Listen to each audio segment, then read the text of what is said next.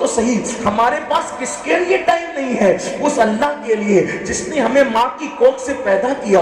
کس کے لیے؟ جب ہم کچھ بھی نہیں تھے, ہم کوئی شے نہیں تھے, کوئی ذکر کرتا شے نہیں تھے, اس وقت ایک ناپاک نطفے کو اللہ نے عزت کے صدف میں ماں کے پیٹ کے اندر داخل ہونے کا شرف عطا کیا. میں یہاں اہل علم کی توجہ چاہتا ہوں, مجھے بتاؤ وہ نطفہ اگر کسی شریف ماں کے صدف میں پہنچنے کی بجائے کسی فاحشہ کے صدف میں پہنچتا تو ہماری عزت کیا ہوتی, ہمارا وقار کیا ہوتا؟ بتاؤ, اگر کسی شریف ماں کے پیٹ سے پیدا ہوئے ہیں تو یہ اللہ کا احسان ہے کہ نہیں ہے؟ کتنا بڑا احسان ہے. اللہ اکبر. مجھے بتاؤ, اگر اسی ایک احسان پر توجہ کریں, اسی ایک احسان پہ توجہ کریں, ایک احسان پہ توجہ کریں, یہ اس کا احسان ہے.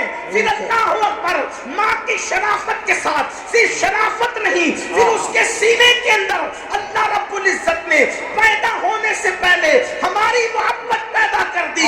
یہ دوسرا احسان ہے. اگر محبت نہ پیدا کرتا, وہ نطفہ ماں کے پیٹ میں آیا تھا, شرافت کے بعد بھی اگر اس کے دل میں شیطانی وسوسہ آتا اور وہ ہمیں اپنے پیٹ ہی سے گرا دیتی, کٹوا کر کے, اللہ اکبر, چمچوں سے کٹوا کر, مشینوں سے کٹوا کر, ٹکڑے کروا کر گٹروں میں بہا دیتی جیسے اور مائیں بہایا کرتی ہے, تو بولو ہمارا کیا بنتا, ہمارا کیا ہوتا؟ لیکن اس کی شان ہے, پیٹ میں داخل کیا شریف ماں کے, اور پھر اس ماں کے سینے میں ہمارے لیے محبت پیدا کر دی. وہ الٹیاں کرتی رہی اور سوچتی رہی خوش ہو کر کہ میں ماں بنوں گی, وہ تکلیفیں اٹھاتی رہی, وہ بوجھ ڈھوتی رہی, اس کے بعد سوچتی رہی کہ میں ماں بنوں گی. پھر اتنا ہی نہیں, اللہ اکبر, اس نے ہمیں جنم دیا. یہ جنم دینے کا مرحلہ بھی وہ اللہ رب العزت کے کرم سے رہا, ورنہ اللہ اکبر, اللہ ہمارے پیدا ہوتے ہوتے ہماری ماں ہی مر جاتی تو کیا ہوتا, یا ہم ہی مر جاتے تو کیا ہوتا. پھر ہمارے پیدا ہونے سے پہلے ماں کے سینے میں ہمارے لیے غذا پیدا کی, ماں کے سینے میں ہمارے لیے دودھ پیدا کیا. اللہ اکبر. اس طریقے سے کتنے احسانات ہیں. پھر بولنا سکھایا, پھر چلنا, اللہ, کتنے مراحل ہیں. اللہ اکبر. اللہ رب العزت کے احسانات, زمین اس نے بنائی, آسمان اس نے بنائے, مشفق ماں باپ اس نے دیے, اچھا خاندان اس نے دیا, اچھا قبیلہ اس نے دیا, سب کچھ اس نے عنایت فرمایا. اس کے باوجود حالات یہ ہے کہ ایک مسلمان ہو کر کے اللہ کے لیے 10 منٹ کا ٹائم نکالنے کو تیار نہیں ہے. 24 گھنٹے میں 10 منٹ کا ٹائم جمع کریں تو صرف 50 منٹ بنتے ہیں. اللہ اکبر. اب مجھے بتاؤ, کتنی آسانی سے کہہ دیتے ہو کہ مولانا ٹائم نہیں ملتا نماز پڑھنے کے لیے. یاد رکھو, اللہ کے رسول کہتا نبی صلی اللہ علیہ وسلم نے بے نمازیوں پہ لعنت فرمائی ہے. لعنت کا مطلب کیا ہے؟ لعنت کا مطلب کیا ہے؟ گویا کہ حضور ان سے بیزار ہے. لعنت کا مطلب کیا ہے؟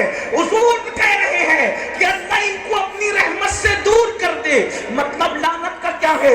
جن لوگوں نے رسول اللہ کے دندان شہید کیے, حضور نے ان پہ لعنت نہیں فرمائی. جن لوگوں نے رسول اللہ کو زخم دیے, حضور کا خون بہایا, حضور نے ان پہ لعنت نہیں فرمائی. جن لوگوں نے حضور کے چچا کو شہید کیا, حضرت امیر حمزہ کو, حضور نے ان پہ لعنت نہیں فرمائی. جن لوگوں نے حمزہ کا سینہ چیر کر کے اس سے کلیجہ نکالا اور کچا کر کلیجہ دانتوں کے تلے دبایا اور کلیجہ دانتوں تلے دبا کر چبا کر کے تھوکا, اس فعل پر بھی رسول اللہ نے ان کو لعنت نہیں کی بلکہ ان کی ہدایت کے لیے دعا کی. مگر فرمایا جو نمازوں کو ترک کرتا ہے اس پر اللہ کی بھی لعنت ہے, رسول اللہ کی بھی لعنت ہے, فرشتوں کی بھی لعنت ہے. مجھے بتاؤ, جس قوم پر اتنی لعنتیں ہو وہ قوم عزت کے ساتھ کیسے جی سکتی ہے؟ اس قوم کے گھروں میں برکت کیسے ہو سکتی ہے؟ اس قوم کو وقار کیسے مل سکتا ہے؟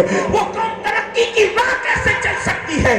آپ جانتے ہیں ایسی قوم پر پھر اللہ کے عذاب کی شکل میں کبھی ظالم حکمراں آتے ہیں, کبھی زلزلے آتے ہیں, کبھی طوفان آتے ہیں, کبھی تنگ دستی آتی ہے, کبھی اولاد کی نافرمانی آتی ہے.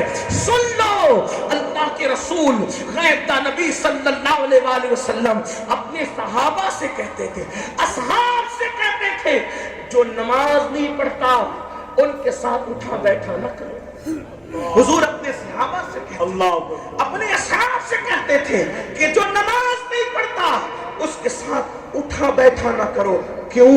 کیونکہ جو نماز نہیں پڑھتا آسمان سے اس پہ لعنت برستی ہے، اس پر لعنت برستی ہے آسمان سے۔ اب میرے آقا نے حضرت ابو ہریرہ رضی اللہ تبارک و تعالیٰ کا نام لے کر فرمایا، ابو ہریرہ بے نمازی کے ساتھ نہ بیٹھا کر، اس لیے کہ اگر تو بے نمازی کے ساتھ بیٹھے گا تو اس پر آسمان سے لعنت برستی ہے، اس کا اثر تجھ پر بھی ہوگا۔ ایک مقام پر فرمایا اپنے صحابہ سے کہ دعا کرو۔ میرے آقا نے اپنے اصحاب سے کہا دعا کرو کہ اللہ کسی کو بدبخت نہ بنائے اور محروم نہ بنائے، اللہ کسی کو بدبخت نہ بنائے اور محروم نہ بنائے۔ صحابہ کرام نے عرض کی یا رسول اللہ یہ بدبخت اور محروم کون لوگ ہیں؟ بدبخت کسے کہتے ہیں، محروم کسے کہتے ہیں؟ تو فرمایا جو نماز کو جان بوجھ کے چھوڑ دے وہ بدبخت بھی ہے اور محروم۔ ایک مقام پر اللہ کے رسول علیہ الصلوۃ والتسلیم فرماتے ہیں جہنم کے اندر ایک وادی ہے، اس وادی کو جب الحزن کہتے ہیں۔ اللہ کے رسول غیب دا نبی میرے اور تمہارے نبی صلی اللہ علیہ وآلہ وسلم نے فرمایا ایک وادی ہے اس کو جب الحزن کہتے ہیں، اس کا اردو میں نام مفہوم کے طور پہ یہ بنتا ہے غم کا کنواں۔ جب الحزن غم کا کنواں، یعنی کہ وہ جہنم کا ایسا طبقہ ہے جہاں داخل یوں تو ہر جہنمی غم میں ہے لیکن وہاں خاص طور پر غموں کا عذاب ہے، جب الحزن ہے وہ۔ اور اللہ کے حبیب غیب دا نبی سچے سچے صادق و مصدوق صلی اللہ علیہ وآلہ وسلم ارشاد فرماتے ہیں اس کے اندر صرف جو بچھو پڑے ہوئے ہیں وہ کھچروں کی طرح موٹے موٹے ہیں، یعنی عرب کے کھچر جتنے موٹے ہوتے ہیں اس جب الحزن میں اتنے موٹے موٹے بچھو ہے۔ اور ان کا حال یہ ہے کہ ان کے ایک منہ میں 70 ڈنک ہے اور ہر ڈنک میں زہر کی ایک تھیلی ہے، جب وہ کسی کو ڈنک ماریں گے تو 1000 سال تک کہ وہ زہر ان کے جسم میں گھومتا رہے گا اور ان کا سارا گوشت تو جھڑ جائے گا، ان کی ہڈیاں ٹوٹ پڑے گی، اللہ اکبر، ہڈیاں ٹوٹ پڑے گی، گوشت تو جھڑ جائے گا اور جب الحزن کا بچھو ڈسے گا تو 1000 سال تک اثر رہے گا اور وہ تڑپتا بلکتا رہے گا۔ صحابہ نے پوچھا یا رسول اللہ صلی اللہ علیہ وآلہ وسلم ہمارے ماں باپ پہ قربان یہ عذاب جب الحزن کا کس کو ہوگا؟ تو فرمایا جو نمازوں کو ترک کرتا ہے، جو نمازوں کو چھوڑتا ہے۔ قرآن تو کہہ رہا ہے ناصحانہ طور پر او انفسکم و اہلیکم نارا، اپنے آپ کو اور اپنی اولاد کو جہنم کی آگ سے بچاؤ، یعنی اے مومنو نماز کی پابندی کر لو، نماز کے لیے وقت نکال لو۔ پورے قرآن میں کم و بیش 700 مرتبہ اللہ نے نماز کا حکم دیا۔ اللہ کے رسول غیب دا نبی صلی اللہ علیہ وآلہ وسلم فرماتے ہیں جب معراج کی شب میں نے جہنم کا مشاہدہ کیا تو میں نے دیکھا کہ جہنم کے اندر کچھ ایسے لوگ ہیں جن کے سر کو کچلا جاتا ہے اور ان کے سروں کو پتھر سے کچلا جاتا ہے، اور جب پتھر سے سر کچلا جاتا ہے تو ایسے ان کا سر ریزہ ریزہ ہو جاتا ہے جیسے چنے پر ہتھوڑا مارنے سے چنا پس جاتا ہے۔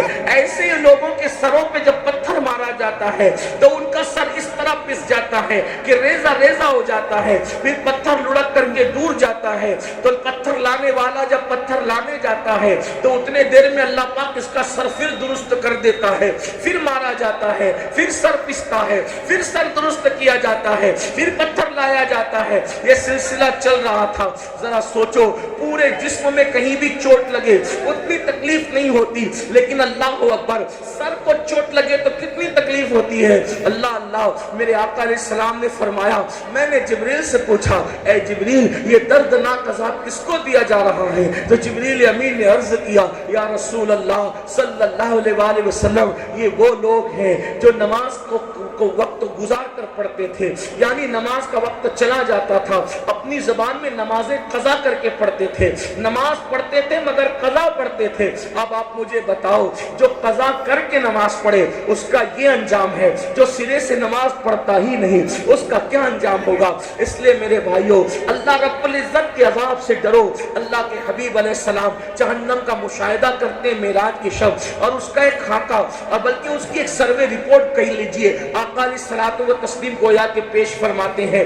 آئیے ذرا اس کو دل کے کانوں سے سنیں۔ میرے آقا علیہ الصلوۃ والتسلیم فرماتے ہیں کہ میں اور آگے بڑھا، میں نے جہنم کا مشاہدہ کرتے ہوئے اور آگے بڑھا تو میں نے دیکھا کہ ایک گڑھا ہے جو نیچے سے کھلا ہوا ہے، یعنی نیچے سے چوڑا ہے اور اوپر سے تنگ ہے، اور لوگ اس کے اندر جوش آتا ہے، اس آگ کے اندر جوش آتا ہے تو لوگ نیچے سے اوپر کی طرف آتے ہیں اور ان کے چیخنے چلانے کی آوازیں آتی ہیں، ان کے چیخنے چلانے کی آوازیں آتی ہیں، اور ان کی چمڑی کو آگ کی کینچی سے کاٹا جاتا ہے، آگ کی کینچی سے چمڑی کاٹی جاتی ہے۔ میں نے پوچھا جبریل یہ کون لوگ ہیں؟ تو جبریل امین نے عرض کیا یا رسول اللہ صلی اللہ علیہ وآلہ وسلم، یہ وہ لوگ ہیں جو دنیا میں اس لیے بن سنور کر نکلتے تھے، لڑکے اس لیے بن سنور کے نکلتے تھے کہ لڑکیاں ان کو دیکھ کر ان کے فتنے میں مبتلا ہو جائیں، اور یہ لڑکیاں اس لیے بن سنور کے نکلتی تھی کہ لڑکے دیکھ کر ان کے فتنے میں مبتلا ہو جائے۔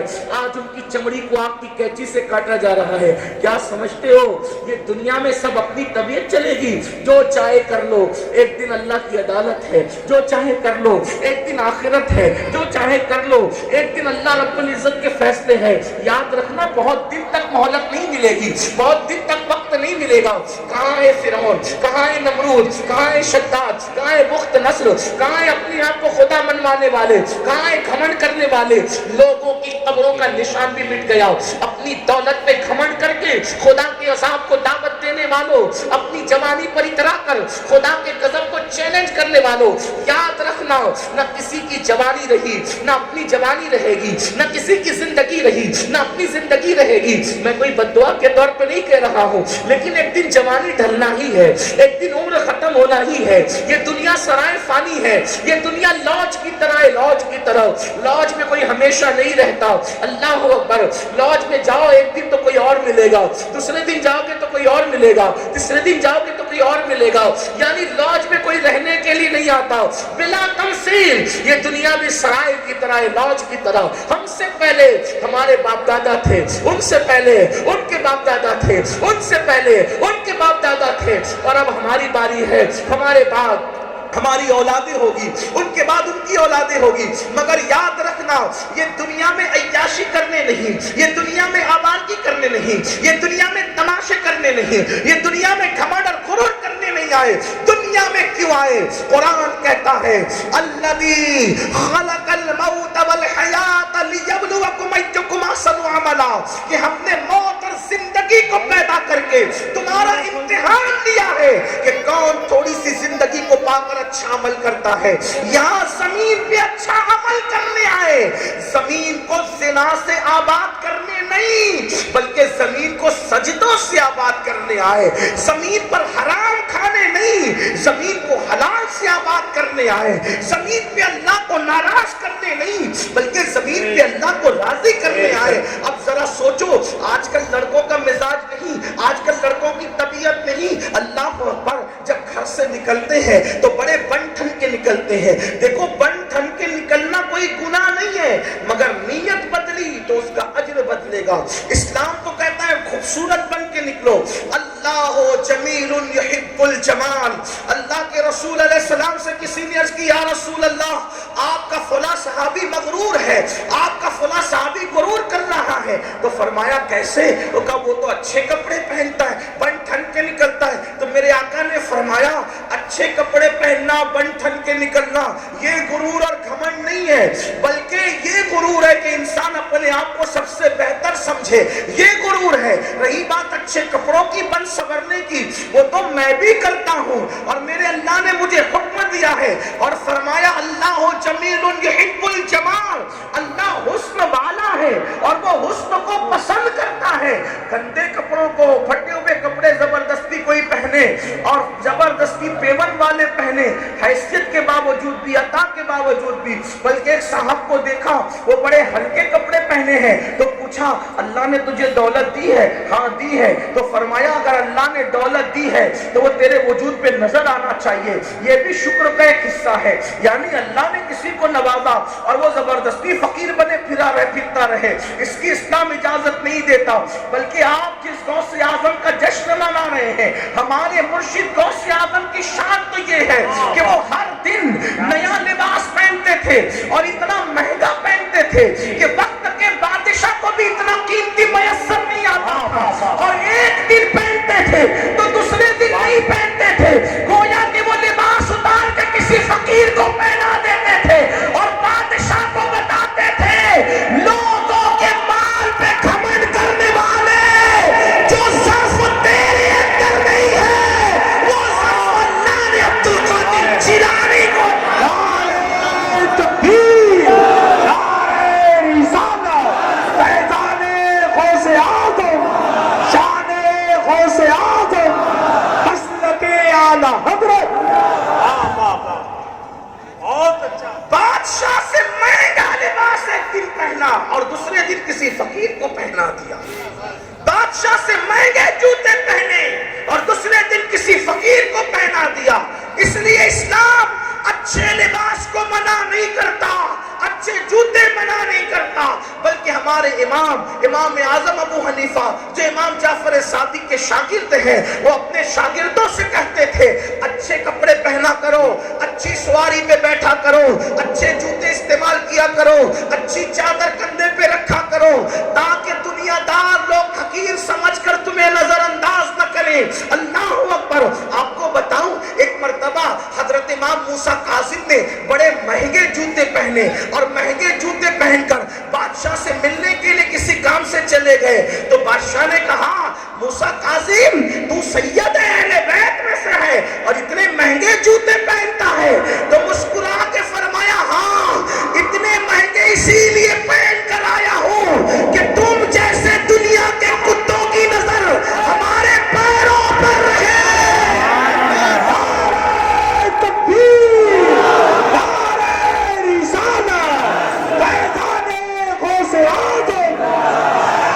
تمہاری نظر ہمارے پیروں پر رہے، ہمارے چہرے تک آنے کی تمہاری حیثیت. تو اسلام اچھے کپڑوں سے نہیں روکتا، اچھے کپڑوں سے منع نہیں کرتا، اچھے جوتوں سے منع نہیں کرتا، غرور اور گھمنڈ سے منع کرتا ہے. کیا کہ جب تم اچھے جوتے اچھے کپڑے پہنو تو یہ دل میں خیال نہیں آنا چاہیے کہ میں سب سے بہتر ہوں، بلکہ اپنے آپ کو سب سے عظیم سمجھو. مجھے خوشی ہے کہ ہمارے مالیگاؤں شہر کے ہمارے بڑے عظیم شاعر ہمارے محلے کے یہ گلی کے کونے پہ، میں دوسرے کونے پہ ہمارے واحد انصاری صاحب رہتے ہیں. گویا کہ مالیگاؤں کی گلی کا ایک اور دوسرا کونا یہاں پر موجود ہے. خوشی ہے ماشاءاللہ. بڑے اچھے نعت گو شاعر ہیں ماشاءاللہ، عاشق رسول. شاید ان کو سن چکے ہو گے یا سنو گے. تو بہرحال عرض یہ کر رہا تھا کہ اسلام اچھے لباس کو منع نہیں کرتا. تو اللہ کے رسول صلی اللہ علیہ وسلم نے ارشاد فرمایا کہ اللہ جمیل یحب الجمال، وہ حسن والا حسن کو پسند کرتا ہے، بلکہ وہ حسن کا خالق ہے، وہ خالق حسن ہے. حسن کو پیدا کرنے والا کون ہے جس نے یوسف جیسا حسن پیدا؟ کون ہے جس نے جانے یوسف محمد الرسول اللہ کا حسن پیدا کیا؟ خدا کی عزت کی قسم انسان رسول اللہ کو دیکھ کے اندازہ کرتا ہے کہ جب بننے والے کے حسن کا یہ عالم ہے تو بنانے والے کے حسن و جمال کا. نعرہ تکبیر، نعرہ رسالت، حسن مصطفیٰ، شان مصطفیٰ، فیضان غوث اعظم، مسلک اعلی حضرت، فیضان سرکار مفتی اعظم ہند. اس حسن کو میرے امام یوں کہتے ہیں وہ کمال حسن حضور ہے کہ گمان نقص جہاں نہیں، وہ کمال حسن حضور ہے. یہ اس کی تخلیق کا عالم ہے. تخلیق ایسی ہے تو خالق کیسا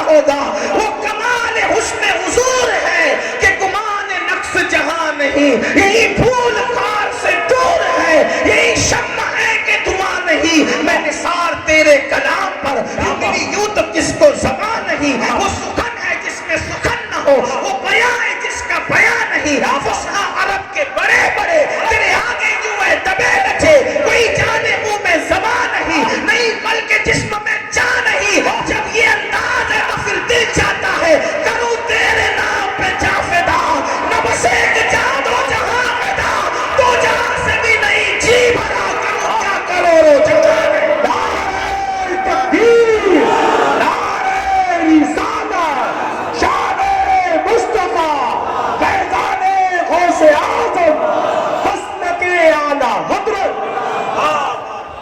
اسی لیے ہم ان سے ایک صدی سے لوگوں سے لڑ رہے ہیں کہ نبی کو اپنی طرح نہ کہو، کیونکہ تمہیں دو موٹا ہونے کے بعد بیوی بھی پسند نہیں کرتی، اور وہ چھوڑ کر کبھی کبھار چلی جاتی ہے، لیکن ان کا حسن ایسا ہے کہ سدرہ سے جبریل بھی حسرت سے لگتے ہیں اور تمنا کرتے ہیں کہ کاش اللہ کوئی کام دے دے تو اسی بہانے آمنہ کے لال کی زیارت کر کے آنکھوں کو ٹھنڈا کر لے۔ اسی لیے استاد زمن کہتے ہیں بے لکھائے یار ان کو چین آ جاتا اگر، بے لکھائے یار ان کو چین آ جاتا اگر، بار بار آتے نہ یوں جبریل سدرہ چھوڑ کر۔ نعرہ تکبیر، نعرہ رسالت، نعرہ حیدری۔ ایسا حسن والا رسول ملا جس کے رسول کے حسن کا یہ عالم ہے، تو خالق حسن کی شان کیا ہوگی؟ اللہ اکبر، جس کی کوئی مثل نہیں، جس کی کوئی مثال نہیں، جس کی کوئی ضد نہیں، اللہ اکبر۔ تو آپ سے یہ کر رہا تھا میری قوم کے جوانوں، حسن ناپسند نہیں، بننا سورنا ناپسند نہیں، بن کے ضرور نکلو، سور کے ضرور نکلو۔ بلکہ آپ کو بتاؤں میرے آقا جب گھر سے نکلتے تھے تو اتنے اہتمام سے نکلتے تھے کہ اگر گھر میں کبھی کبھار آئینہ نہیں ہوتا تو پانی میں اپنا چہرہ دیکھتے، سبحان اللہ، سبحان اللہ، کیا پانی میں اپنا چہرہ دیکھتے۔ اور جب کبھی اللہ اکبر میرے آقا علیہ الصلوۃ والتسلیم سے کسی نے پوچھا تو میرے آقا فرماتے ہیں جو اس لیے بن سمر کے گھر سے نکلا کہ جس سے ملنے جا رہا ہے اپنا وہ بھائی بھی خوش ہو جائے، وہ بھائی بھی، تو جس جو گیا اس کی بھی اور جس کے پاس گیا اس کی بھی اللہ دونوں کی مغفرت فرما دیتا ہے۔ بننے سورنے پہ کوئی سوال نہیں ہے، لیکن اس نیت سے جو بن سور کر نکلے، لڑکے اس لیے سوریں کہ لڑکیاں ان کے فتنے میں مبتلا ہیں۔ بیٹھ جاؤ،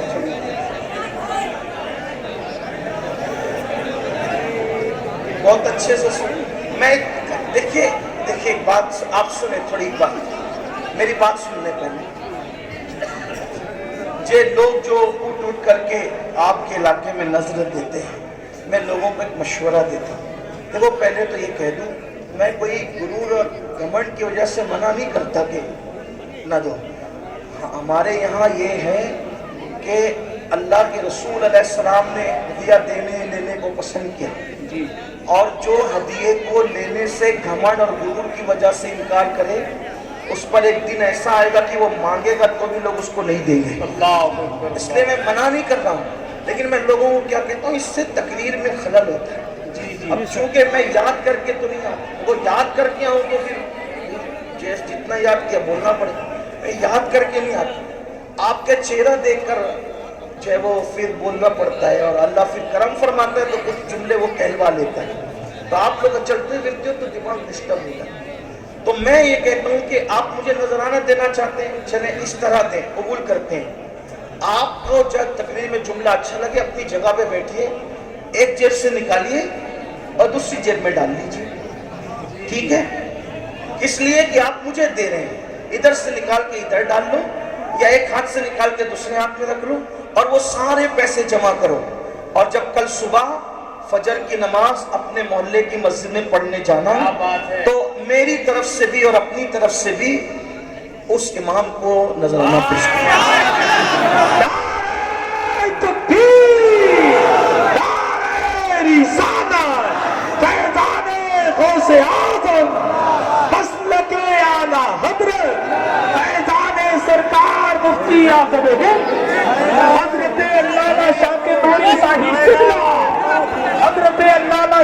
نوری صاحب قبلہ